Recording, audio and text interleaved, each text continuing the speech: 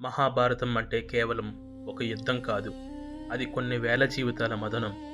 ఈ కథ మొదలయ్యేది ఒక నిశ్శబ్దమైన ప్రశ్నతో. మనకు గుర్తింపు ఎప్పుడు వస్తుంది? పుట్టుకతోనా? లేక మనం చేసే త్యాగాలు బెట్టా? ఈ ప్రశ్నకి సమాధానం వెతుకుతూ, అవమానాలను భరిస్తూ, స్నేహం కోసం ప్రాణాన్ని తృణప్రాయంగా వదిలేసిన ఒక అజేయ యోధుడిగా అదే కర్ణుడు.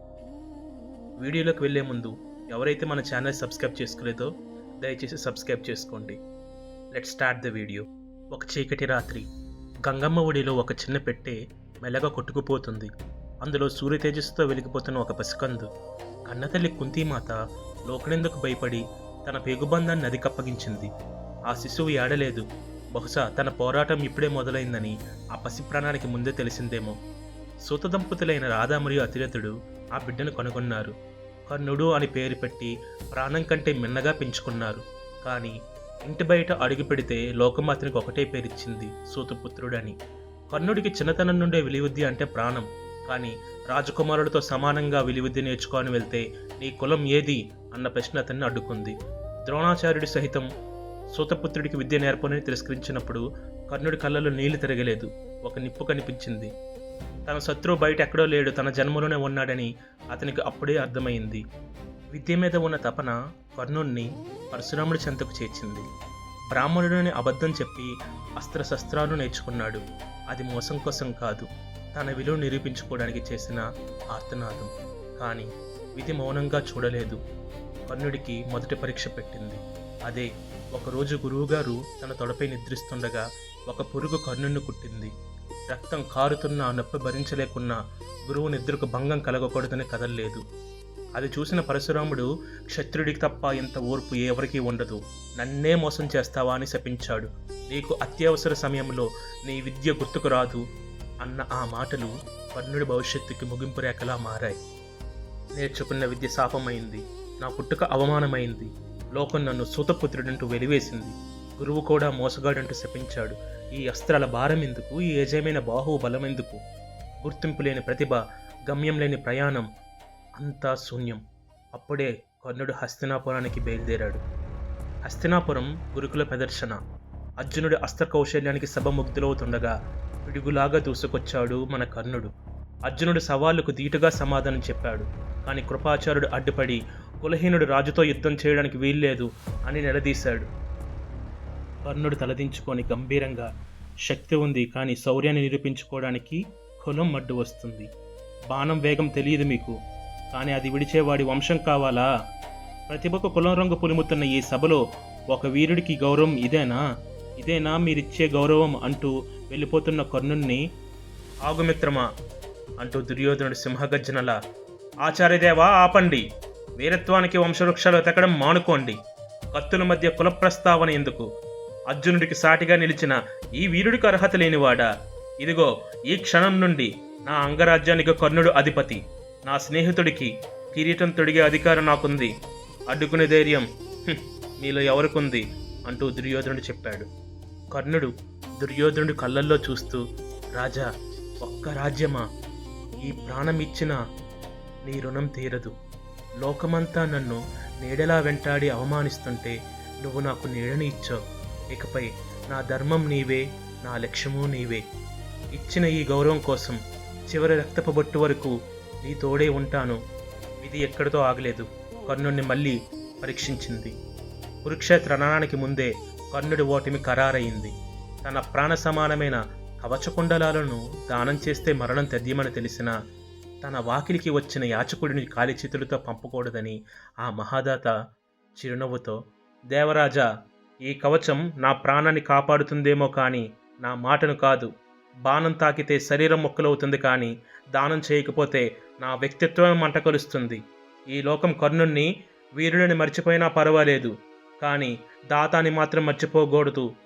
సరిగ్గా విధి ఈసారి అమరూపంలో జోదమాడింది. కవచం లేని కర్ణుడు సగం చచ్చిన పాముతో సమానం. అదే సమయంలో కుంతీదేవి వచ్చి అసలు నిజం చెప్పింది. పాండవుల వైపు రమ్మని ప్రాధేయపడింది. కర్ణుడు భారమైన గొంతుతో, అమ్మా, ఎన్నాళ్ళు లేని ఈ మాతృత్వం ఈరోజు అర్జునుడి ప్రాణాలు కాపాడటానికి గుర్తొచ్చిందా? లోకమంతా నన్ను కులహీనుడు అని వెలివేసినప్పుడు హక్కున చేర్చుకున్న నా స్నేహితుని వదిలి రమ్మంటున్నావా? నా రక్తం పాండవులదే కావచ్చు, కానీ నా జీవితం మాత్రం దుర్యోధనుడికి అంకితం. నీ నలుగురు కుమారులు సురక్షితంగా ఉంటారు. ఇది కర్ణుడి తల్లికి ఇస్తున్న మాట. 17వ రోజు యుద్ధం. కర్ణుడి వీరవిహారం. కవచం లేదు, శాపం వెంటాడుతుంది, చావు ఎదురుగా ఉంది. అయినా కర్ణుడు ఆ రోజు చూపించిన పరాక్రమం ఇతిహాసాల్లో ఎవరూ చూపలేదు. భీముడు, నకుడు, సహదేవుడు, ధర్మరాజు అందరినీ ఓడించి నిరాధేయం చేశాడు. కానీ తల్లికి ఇచ్చిన మాట కోసం వారిని ప్రాణాలతో వదిలేశాడు. కృష్ణుడు అర్జునుడితో, అర్జున చూడు, అస్త్రాలన్నీ కోల్పోయిన ఆ వీరుడి సంకల్పం తగ్గలేదు. అంగరాజు విల్లు ఎత్తాడంటే విజయం అతని వెంటే ఉంటుంది. ఇప్పుడే విధి తన పని మొదలు పెట్టాలి. విధి తన ఆఖరి అస్త్రాన్ని ప్రయోగించింది. చక్రం కూరుకుపోయింది. మంత్రం గుర్తుకు రాలేదు. రథం దిగి చక్రాన్ని ఎత్తుతున్న కర్ణుడు, అర్జున, నిరాయుధుడిపై బాణం వేయడం అధర్మం, కాస్త ఆగు అని అన్నారు. అప్పుడు శ్రీకృష్ణుడు గర్జించాడు. ఏమిటి కర్ణ, ధర్మమా? ద్రౌపది వస్త్రాపహరణ జరుగుతున్నప్పుడు ఏమైంది నీ ధర్మం? అభిమన్యుడికి అన్యాయంగా చంపుతున్నప్పుడు నీకు ధర్మం గుర్తుకు రాలేదా? విధి నన్ను వంచడం లేదు కర్ణ. నువ్వు ఎంచుకున్న అధర్మ స్నేహమే నిన్ను ఈ స్థితికి తెచ్చింది. కర్ణుడు ప్రశాంతంగా, గంభీరంగా, వసుదేవా, నువ్వు చెప్పేదంతా నిజమే. నేను తప్పు చేశాను. ఆ తప్పుకు శిక్షే ఈ మరణం అయితే దాన్ని నేను గౌరవంగా స్వీకరిస్తాను. కానీ నా స్నేహితుడు నన్ను నమ్మి యుద్ధానికి వచ్చాడు. అతని కోసం ప్రాణం ఇవ్వడం కంటే మించిన ధర్మం నాకు మరొకటి లేదు. అంజలికాస్త్రం కాస్త దూసుకు వచ్చింది. ఆ మహావీరుడు ప్రాణాలను హరించింది. కానీ అతని సంకల్పాన్ని మాత్రం తాకలేకపోయింది.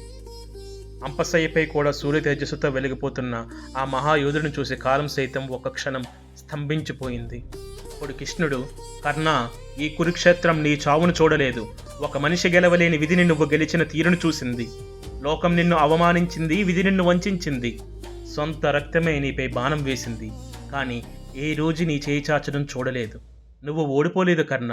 నీ మరణంతో ఈ ధర్మాన్ని నిలబెట్టావు. కాలం ఉన్నంత వరకు నీ త్యాగం పేరు వినిపిస్తూనే ఉంటుంది. ఒక సూర్యుడు అస్తమించాడు, కానీ ఒక అమరగాథ అంకురించింది.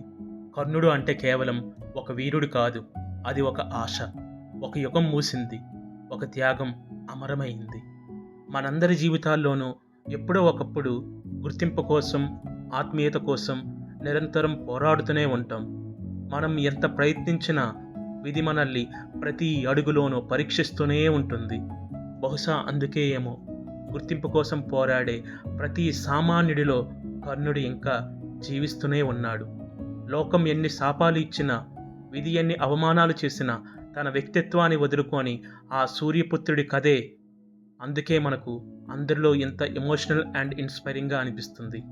మీకు కూడా కర్ణుడు అంటే ఇష్టమైతే అతని జీవితంలో మిమ్మల్ని బాగా కదిలించిన ఘట్టం ఏదో కమెంట్లో తప్పక తెలియజేయండి. అలాగే ఈ వీడియో మీకు నచ్చితే లైక్ చేసి మీ స్నేహితులతో షేర్ చేయండి. మరిన్ని ఇలాంటి ఆధ్యాత్మిక చారిత్రక కథల కోసం మన ఛానల్ని సబ్స్క్రైబ్ చేసుకోండి. మనల్ని సపోర్ట్ చేయండి. Thank you for watching.